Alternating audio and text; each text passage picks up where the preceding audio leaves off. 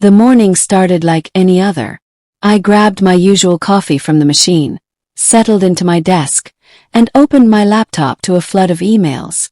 My calendar was packed with back-to-back meetings, but I didn't mind. I thrived on the chaos. For the past 6 months, I'd been pouring everything into a marketing campaign that had just launched 3 weeks ago. The results were beyond anything I'd imagined. Sales had jumped 42% in the first 2 weeks alone. Clients were calling us instead of us chasing them. Even the CEO had mentioned my name in the company newsletter, praising the innovative approach I'd taken. I'd felt proud, genuinely proud, for the first time in years. My coworkers had been congratulating me all week. Some even asked if I was getting promoted. I'd laughed it off, but secretly, I'd wondered the same thing. When Eric, my manager, sent me a meeting invite that morning with the subject line, "Important Discussion," I assumed it was exactly that. Maybe a bonus. Maybe even a new title. I walked toward his office with a lightness in my step, completely unaware that everything was about to change. Eric's office was on the corner of the floor, with glass walls that let him watch everyone while pretending to work. When I knocked, he waved me in without looking up from his computer. I sat down across from him, folding my hands in my lap. He finally glanced at me, his expression unreadable. Then he slid a single sheet of paper across the polished desk. I looked down at it, confused. It was an official HR form. My eyes scanned the heading, "Position Reassignment Notice." My stomach dropped. "Patricia," Eric said, his voice cold and flat, "I'm moving you down to junior analyst. Effective immediately." I blinked, certain I'd misheard him. "What?" He leaned back in his chair, arms crossed. "You need to learn humility. You've been getting too comfortable lately. Too confident." I stared at him, my mind racing to make sense of his words. This had to be a joke. Test. Something. But his face was stone. He wasn't joking. He was demoting me. After everything I'd accomplished. After the campaign that had saved our quarter. After working nights and weekends. He was taking it all away. For a long moment I couldn't speak. My chest tightened like someone had wrapped a band around my ribs and pulled. I felt dizzy, disoriented. "Excuse me." I finally managed to whisper, my voice barely audible. Eric didn't flinch. He just kept looking at me with that smug, detached expression. "You heard me," he said. "I'm still your boss, Patricia. Don't forget that." I wanted to argue. I wanted to slam my hands on the desk and demand an explanation. But my throat had closed up. My hands were trembling in my lap. I looked down at the paper again, reading the words over and over, hoping they'd change. They didn't. Junior analyst. Position I'd held 4 years ago. Position I'd worked so hard to climb out of. And now, with one stroke of Eric's pen, I was being shoved back down. "Is this because of the campaign?" I asked quietly. He shrugged. "This is about attitude. You've been acting like you're running the place. Someone needed to remind you where you stand." I felt tears prick the corners of my eyes, but I refused to let them fall. Not here. Not in front of him. I stood up slowly, my legs unsteady beneath me. Eric was already looking back at his computer, dismissing me like I was nothing. I picked up the paper with shaking hands and walked out of his office. The hallway felt impossibly long. My coworkers were at their desks typing, talking, laughing.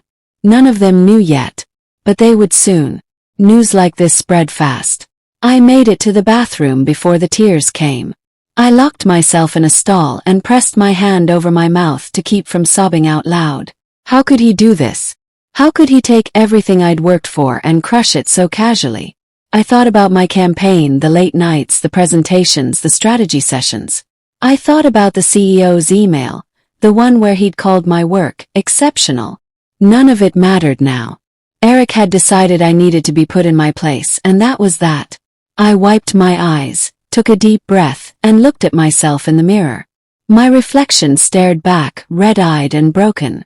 But somewhere beneath the hurt, I felt something else stirring. Something harder. Something that refused to accept this. By lunchtime everyone knew. I could feel it the moment I walked back to my desk. The whispers. The sidelong glances. People who'd congratulated me last week now avoided eye contact. I sat down and opened my laptop, pretending to work, but my hands were still shaking. At the coffee station, I overheard two junior analysts talking. "Did you hear about Patricia?" one of them said. "Eric demoted her. Said she was getting too confident." The other one laughed. "Guess she got too big for her heels." I stood there, frozen, holding an empty mug. They didn't see me. Or maybe they did and didn't care. I walked back to my desk without getting coffee. My phone buzzed. It was a message from my friend in accounting. "Are you okay? I just heard." I typed back, "I'm fine," and put my phone on silent. I wasn't fine. But I couldn't let anyone see that. Eric wanted me to feel small, humiliated, broken. And in that moment I did. But I also made a decision. I wasn't going to let him win. Not like this. Not ever. The next few weeks were brutal. Eric made sure everyone saw him teaching me. In meetings, he'd interrupt me mid-sentence to correct something minor. "Actually, Patricia," he'd say with a condescending smile, "that's not quite how we do things here." He started calling me kiddo in front of clients, patting me on the shoulder like I was a child who needed guidance. Once, during a strategy session, I suggested an approach based on data I'd been analyzing. Eric cut me off. "That's a bit advanced for someone at your level, don't you think?" The room went silent. I felt my face burn with humiliation. But I nodded and sat back down. Every insult, every dismissive comment, every public correction felt like another cut. But I bit my tongue. I refused to give him the satisfaction of seeing me break. I refused to cry in front of him. Instead, I saved it for later. At night, after everyone had gone home, I'd sit in my car in the parking lot and let the tears come. I'd grip the steering wheel and sob until I had no tears left. Then I'd drive home, wash my face, and start over the next day. But something was changing inside me. Every tear hardened into resolve. Every humiliation became fuel. If Eric wanted to break me, he was going to be disappointed. I started staying late, not to impress anyone but to learn. I enrolled in online management courses, the kind that taught you how to lead teams and build strategy. I read leadership books during lunch breaks, books with titles like The 21 Irrefutable Laws of Leadership and Dare to Lead. I listened to business podcasts on my commute, absorbing every insight I could find. I wasn't just surviving anymore. I was preparing for what I wasn't sure yet. But I knew that if I ever got another chance, I'd be ready. I started taking notes during Eric's meetings, not because I cared what he had to say, but because I was studying him. I watched how he led, how he made decisions, how he treated people. And I saw all the things he did wrong. He ruled by fear, not respect. He took credit for other people's work. He punished anyone who outshined him. I wasn't going to be like that. If I ever got the chance to lead, I'd do it differently. During lunch breaks, I started reaching out to people in my network. Coffee chats, LinkedIn messages. I reconnected with executives I'd worked with on previous projects. One of them was Melissa Grant, a regional director I'd collaborated with during a product launch 2 years ago. She remembered me. "Patricia," she said when we met at a cafe downtown, "I heard what happened. That's a terrible situation." I nodded, stirring my coffee. "It's been rough." "Eric's an idiot," she said bluntly. "Everyone knows you ran that campaign. The numbers don't lie." I smiled weakly. Numbers don't seem to matter when someone's ego is involved. Melissa leaned forward. "Listen, I don't usually do this, but I think you have real leadership potential. Don't waste it under someone like Eric." I looked up at her, surprised. "What do you mean?" "There's a new regional division opening soon," she said. "They're looking for a director to run strategic development. You should apply." I laughed nervously. "Melissa, I was just demoted to junior analyst. No one's going to hire me as a director." She smiled. "All the more reason to prove them wrong." Her words stayed with me. For days I couldn't stop thinking about it. Director position seemed impossible. But the more I thought about it, the more I realized I had nothing to lose. I was already at the bottom. The only direction left was up. I started working on my resume that night. I rewrote it 7 times, perfecting every word, every bullet point. I highlighted the campaign, the results, the leadership I'd shown even without the title. I wrote a cover letter that was part professional pitch, part personal story. I poured my frustration, my anger, my determination into every sentence. 2 weeks later I hit submit. Then I waited, and waited. Every day felt like an eternity. I kept going to work, kept enduring Eric's insults, kept pretending everything was fine. But inside I was holding my breath. Then, 3 weeks after I applied, I got an email. "Dear Ms. Evans, we'd like to invite you for an interview." My hands shook as I read it. This was real. This was happening. I had a chance. The first interview was over the phone. I sat in my car during lunch, speaking quietly so no one in the office would hear. The hiring manager asked about my experience, my vision for strategic development, how I handle challenges. I told her about the campaign, about the results, about what I'd learned. "You've accomplished a lot," she said. "Why are you looking to leave your current position?" Pause. Could have lied. I could have given some generic answer. But I decided to tell the truth. "I was demoted," I said simply, "by a manager who felt threatened by my success. And I realized that if I stay, I'll never reach my potential. I need to be somewhere that values what I bring to the table." There was silence on the other end. Then she said, "I appreciate your honesty. We'll be in touch." A week later I got a second interview. This time it was in person at the company's downtown headquarters. I wore my best suit, the navy one I'd bought for client presentations. I walked into that building with my head high, even though my heart was pounding. The panel asked harder questions this time. About leadership, about strategy, about how I'd build a team from scratch. I answered every question with confidence I didn't know I had. The third interview was with the regional VP. He was an older man with silver hair and sharp eyes that seemed to see right through you. "Patricia," he said, leaning back in his chair, "you're young for a director role. Why should we take a chance on you?" I met his gaze. "Because I've already proven I can deliver results. Because I'm not afraid of hard work. And because I know what it's like to be underestimated. I won't make that mistake with the people I lead." He smiled. "Good answer." 3 days later I got the call.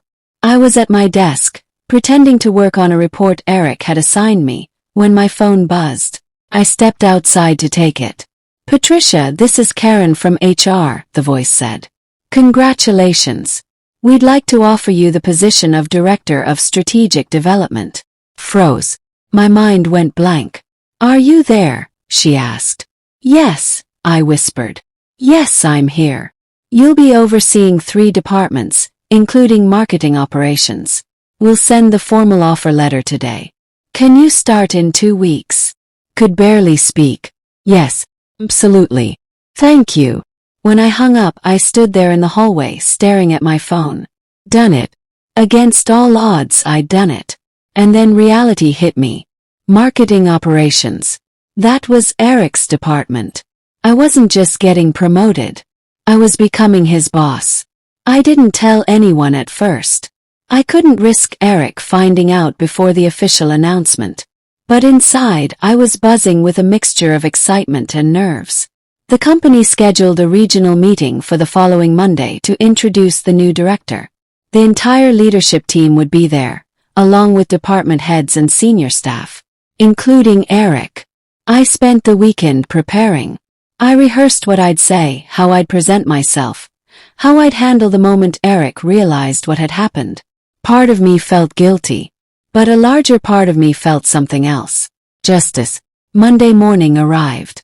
I dressed carefully, choosing a sharp gray suit that made me look professional and powerful.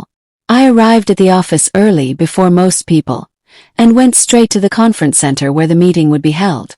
The room was huge, with rows of chairs and a stage at the front. My heart pounded as I walked in. I wasn't just attending this meeting. I was the reason for it. People started filing in around 9 a.m. I stayed in the back watching.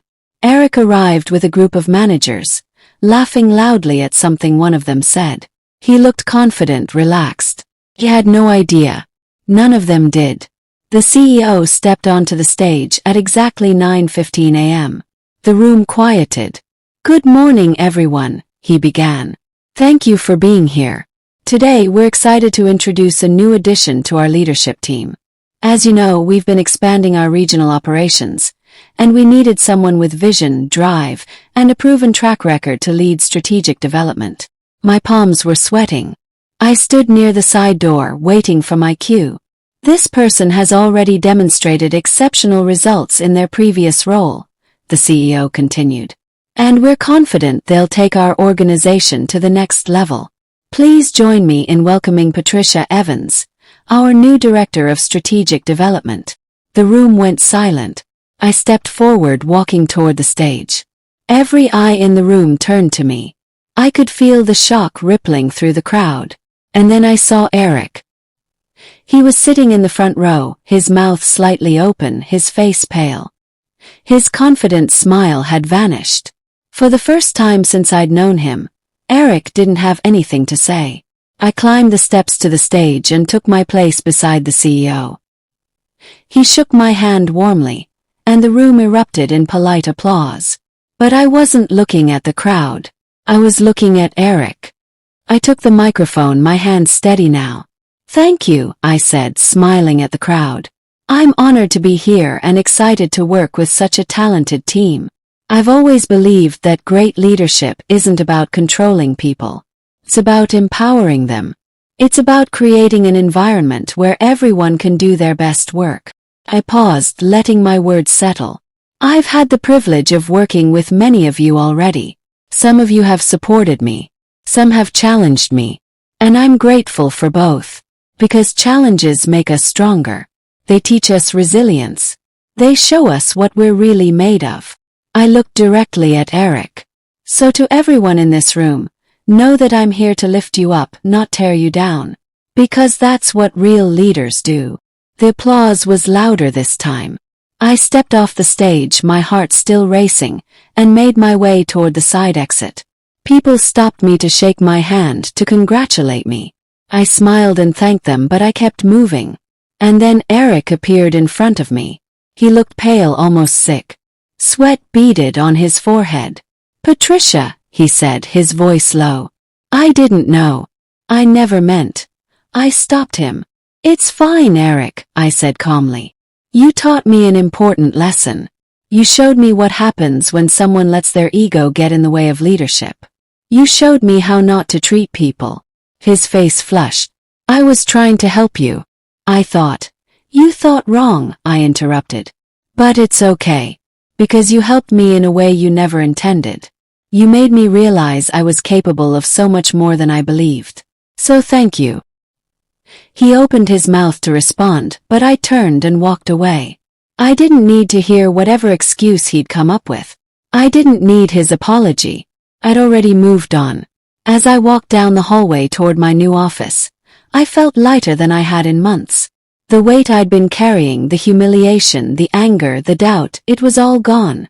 I'd proven to myself that I could rise above it. That I could take the worst thing that had happened to me and turn it into fuel. Over the next few weeks, I settled into my new role. It was challenging, demanding, and sometimes overwhelming. But I loved it. I had a team to build, strategies to develop, goals to hit. And I had the authority to do it my way. Eric kept his distance at first. He avoided me in meetings, barely making eye contact. But I knew he was watching, waiting to see what kind of leader I'd be. Would I retaliate? Would I treat him the way he'd treated me? I had every reason to. But I didn't. Because that's not who I was. During my first department meeting, I addressed the entire team, including Eric's group. "I know some of you are wondering what my leadership style will be," I said. "So let me be clear. I believe in transparency. I believe in accountability. And I believe in respect. If you do good work, I'll recognize it. If you make a mistake, we'll fix it together. But I won't tolerate bullying, blame shifting, or taking credit for other people's work. I didn't look at Eric when I said that last part. I didn't have to. Everyone in the room knew who I was talking about. After the meeting, several people came up to me privately. "Thank you," one woman said. "I've been waiting for someone to say that." Another manager shook my hand. "We needed this. We needed you." Their words meant more to me than any title ever could. A month into my new role, I had a one-on-one meeting with Eric. It was on my calendar, a required check-in with all department heads. When he walked into my office, he looked uncomfortable. I gestured to the chair across from my desk. "Have a seat." He sat down stiffly, avoiding my eyes. "How are things going in your department?" I asked, keeping my tone professional. "Fine," he said. "Good, actually. I've been reviewing the reports," I said. "Your numbers are down 12% from last quarter. Can you walk me through what's happening?" He shifted in his seat. "We've had some challenges with client retention. Nothing major." "Client retention is major, Eric," I said calmly. "Especially in your division. What steps are you taking to address it?" He stammered through an answer, but it was clear he didn't have a plan. I listened, taking notes, then leaned forward. "Here's what I'm going to do. I'm assigning you a mentor from the strategy team. Someone who can help you develop a retention plan. I want to see a draft by the end of the week." He looked stunned. "A mentor? I've been managing this department for 5 years. And right now it's underperforming," I said. "I'm not punishing you, Eric. I'm giving you the support you need to succeed. That's my job." He left my office without another word. Over the next few months I watched Eric closely. Not to catch him failing, but to see if he could grow. To my surprise, he did. Slowly, reluctantly, but he did. The mentor I assigned him was a woman named Claire, one of the sharpest strategists on my team. She didn't coddle him. She challenged him, pushed him, made him think differently. And gradually, his numbers started to improve. One afternoon, Eric knocked on my office door. "Do you have a minute?" he asked. I looked up from my laptop. "Sure. Come in." He sat down, looking more humble than I'd ever seen him. "I wanted to thank you," he said, "for not firing me." I raised an eyebrow. "Why would I fire you?" "Because of what I did to you," he said quietly. "I demoted you. I humiliated you. I made your life hell. And now you're my boss. I figured you'd want revenge." I leaned back in my chair, considering his words. "Eric, I'm not interested in revenge. I'm interested in results. You made a mistake. Big one. But that doesn't mean you can't learn from it." He nodded slowly. "I did learn. I learned that I was a terrible leader. And I'm trying to do better." "Good," I said. "Keep trying." 6 months into my role, the company held its annual leadership conference. It was a big event, with executives from every region, keynote speakers, award ceremonies. I was asked to give a presentation on the turnaround we'd achieved in strategic development. When I took the stage, I looked out at the audience and saw familiar faces. Colleagues I'd worked with, managers I'd reported to, and Eric sitting near the back. "Good afternoon," I began.